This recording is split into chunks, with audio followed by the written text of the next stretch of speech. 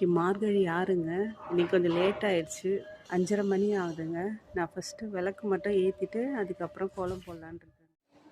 பிரம்ம முகூர்த்தத்துலேயே நான் விளக்கு போடணுன்றதுனால அந்த இடத்துல மட்டும் நான் கோலம் போட்டு விளக்கு ஏற்றிக்கிறேங்க. பஞ்சமுக விளக்கும் ஏற்றிக்கிறேங்க.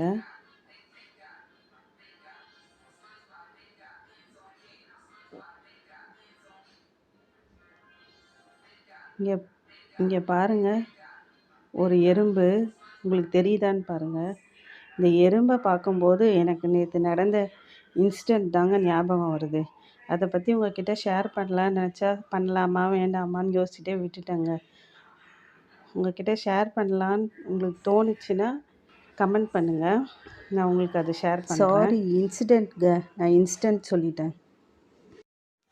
தானத்தில் சிறந்தது அன்னதானம்னு சொல்லுவாங்க.